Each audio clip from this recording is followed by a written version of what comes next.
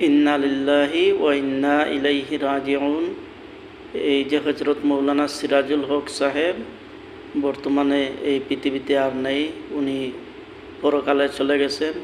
শুনেন, প্রবাসীদেরকে নিয়ে কত সুন্দর চমৎকার একটি ওয়াজ করছিলেন। সবাই উনার জন্য দোয়া করবেন, উনাকে যেন আল্লাহ তাআলা জান্নাতুল ফেরদাউস দান করেন, এবং ভিডিওটি বেশি বেশি শেয়ার করবেন, ফলো করবেন। আসসালামু আলাইকুম।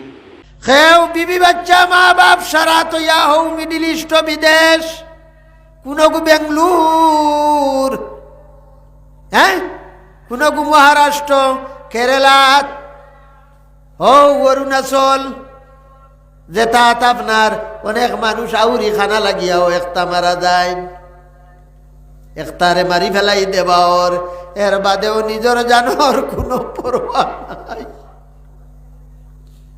বেটি আরামে রইতো, শান্তিয়ে রইতো, সুখে শান্তিয়ে খাইতো, হরুতা গুনতে পেট ভরিয়া খাইতা, সুন্দর এখান ঘর বানাইতো, বাড়িখান সুন্দর করে বানাইতো।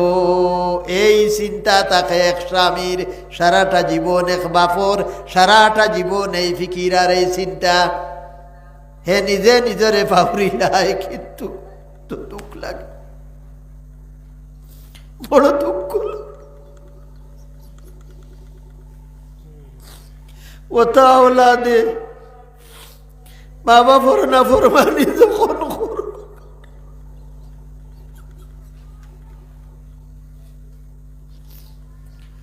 ওটা ওলাদে মা বাবা ফরনা ফরমানি করুন, যে আওলাদর লাগি বিচারায় তার নিজরে নিজে হে ফাউরিলায়। ও স্বামীর লোকে আল্লাহর বান্দি অকলে বেটিনতে না ফরমানি করইন, যে স্বামী হে তারে ফাউরিলায় তোমারে আরামে সুখে শান্তিয়ে খাবাইবার লাগি।